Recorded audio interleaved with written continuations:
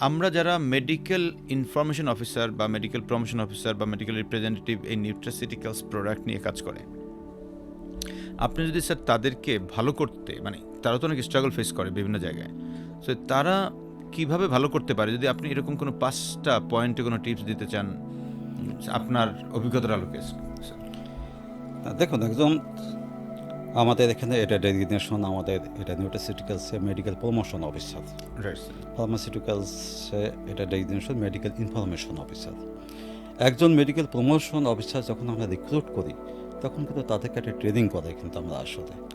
আপনি এখন যদি খোঁজ নিয়ে দেখেন, আপনি খোঁজ খবরটা যদি রাখেন, দেখবেন যখন আমরা রিক্রুটমেন্টের জন্য মানে পত্রিকাগুলোতে অ্যাড দিই তখন কিন্তু দেখবেন আমাদের রেডিও নিউট্রাসিউটিক্যালসে কিন্তু সেখানে মানুষের সংখ্যা কিন্তু অনেক বেশি আসে সেখানে। ও তাই নাকি স্যার? রাইট, এটা তো আমি জানতাম না স্যার।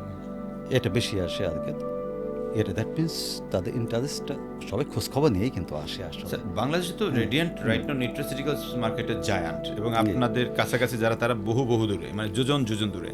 তো সেই হিসাবে রেডিয়েন্টের প্রতি এমনিতে মানুষের একটা ভালো লাগা আছে, আবার নিউট্রাসিউটিক্যালস জিনিসটা আরেকটু ভালো লাগার মেবি, এবং গ্রোয়িং, মানে সেজন্য কি আসে স্যার নাকি? না, ফার্স্ট আমি বলবো আসলে যে আপনি যদি যে কোনো কোম্পানিকে যদি স্টাবলিশ করতে চান আসলে, সেটা আপনার নতুন উদ্যোক্তাই হোক আর পুরনো মানে জায়ান্ট কোম্পানি হোক, আপনাকে কোয়ালিটি কিন্তু মেনটেন করতে হবে।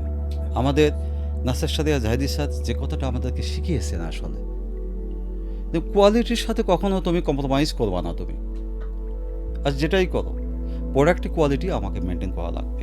দেখুন, আপনি হাফসের কথা বললেন না, আপনি এই হাফসটা আসলে কোথা থেকে যে এক্সট্র্যাক্ট করা হয় আসলে, যাক অনেক কিছু মেনটেন করে তারপরে কিন্তু আমরা সব থেকে বেস্ট যে সোর্স আমরা ইউজুয়ালি ইউরোপ, আমেরিকা, এই দুইটা কান্ট্রি, মানে ইউজুয়ালি এই দুইটা জায়গা থেকে কিন্তু আমরা আমাদের যে এপিআই যেগুলো সেগুলো কিন্তু সেখান থেকে আমরা সোর্সিং করি আমরা।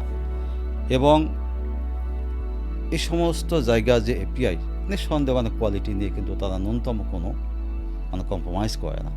তারপরে এটা কিন্তু প্রোডাকশন হচ্ছে কিন্তু এখন আমাদের দেশেই আসলে, আমাদের প্ল্যান্টেই কিন্তু প্রোডাকশন হচ্ছে। ইফিকেসি যদি একটা আমি যে ইন্ডিকেশনই বলি, আপনি প্রথমেই বলেছেন একটা প্রোডাক্টের কথা না, ইবিকিউ আমাদের number 1 product. EBQ for radio nutraceuticals. EBQ আমরা কোথায় বলি, আমরা মেন আমাদের ইন্ডিকেশন হচ্ছে ইনফার্টিলিটি। ইনফার্টিলিটিতে আমরা যেটা বলছি male and female both infertility আসলে। তো এখানে যদি ইনফার্টিলিটিতে যদি এফিকেসি যদি না দিত, প্রোডাক্ট যদি রেসপন্স না করতো, তাহলে তো এত চলতো না। আজকে ডক্টরের কাছে কি আমরা যেতে পারতাম? কখনোই না স্যার। তার নেভার ডক্টর। আপনাদের এবং আমরা যেটা করছি আসলে, আপনি শুনে আসলে আমি সেইখান থেকে আবার একটু আমি আপনাকে বলি যে যে যে- যে মর্মান্তিক দিনগুলো আমরা পার করেছি আসলে, মানে এই দিনগুলো কথা আসলে কখনো ভুলবার নয় আসলে। যখন ডক্টর আমাদেরকে তারপরে আমি 12 সালে কিন্তু সেলস ম্যানেজার হিসেবে মানে প্রমোটেড হলাম। দেন আফটার আমরা আবার টিমটাকে সেপারেট করলাম, আরও কিছু লোকজন এখানে রিক্রুট করলাম। তো সেখানে কিন্তু তারপরে আমরা মানে যেটা বললাম, আমাকে এটা মাটিকে আমার চেয়ারম্যান স্যার আমাকে বললো, তুমি সায়েন্স প্রমোশন করো, ওকে সায়েন্স প্রমোশন করো তুমি। তো এই দুইটা ওয়ার্ড উনি আমাকে বললেন, দেন ইট ওয়াজ এনাফ।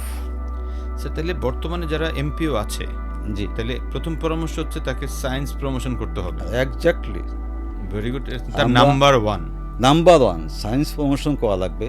তারপর scientific approach to the doctors front. Absolutely. Scientific approach কিন্তু আমি মুখে বললেই কিন্তু হবে না, তার জন্য যে আপনার অ্যাসোসিয়েটেড যে টুলস সেগুলো কিন্তু তাকে দিতে হবে, রেফারেন্স শো করতে হবে। রেফারেন্স কিন্তু আবার বিভিন্ন সোর্স আছে, অথেন্টিক সোর্স।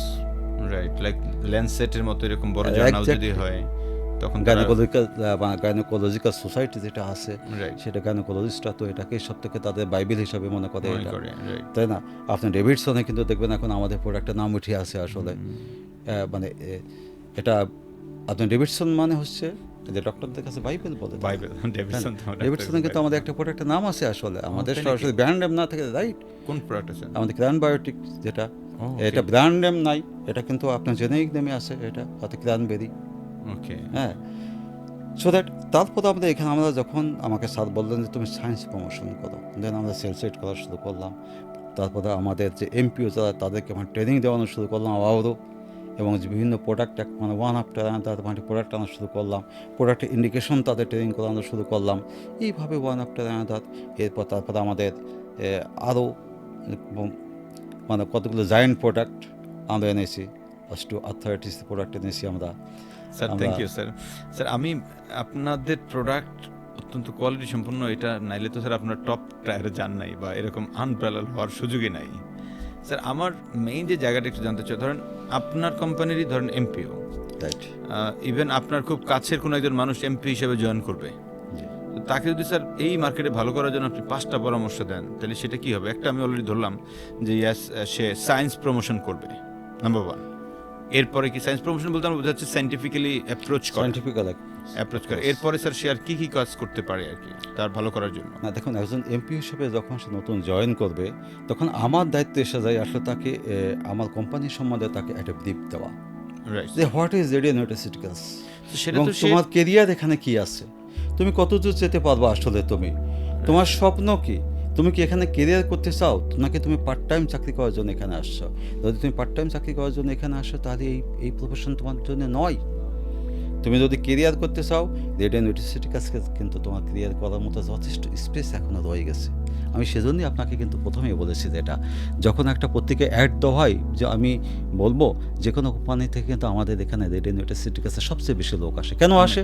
ওরা খোঁজখবর নিয়েই আসে যে এখানে কেরিয়ার করার এখনও স্কোপ আছে, বাট তাকে সতর্ক হতে হবে আসলে, যে আমি যেটা বলেছি প্রথমে, আমার প্রফেশনের প্রতি আসলে আমাকে সৎ থাকা লাগবে, আমার সিনসিয়ারিটি থাকা লাগবে, আমাকে মোস্টলি এফোর্ট দিতে হবে আমাকে, কোম্পানি, হ্যাঁ, আমার মধ্যে কনফিডেন্স থাকা লাগবে, আমার মধ্যে সিনসিয়ারিটি থাকা লাগবে, আমার মধ্যে আমার কোম্পানি যে ইনস্ট্রাকশন যেটা দিচ্ছে সেটা আমাকে অবশ্যই ওবে করতে হবে, এবং আমি যেটা বলি আমার টিমকে যে ডিসিপ্লিন, অ্যাবসোলুটলি ফর ডিসিপ্লিন। দেখুন, একজন এমপিও বা একটা টেরিটরিতে ধরেন সে ভালো করতে পারছে না, ভালো করতে না পারার সংখ্যাও তো আসলে আছে, অনেক আছে, তাই না? যদিও আমার এখানে একটু কম, তো ভালো করতে না পারলে কি আমি তাকে বলবো যে ভাই তোমাকে আমি ক্যারি করতে পারছি না, তুমি চলে যাও?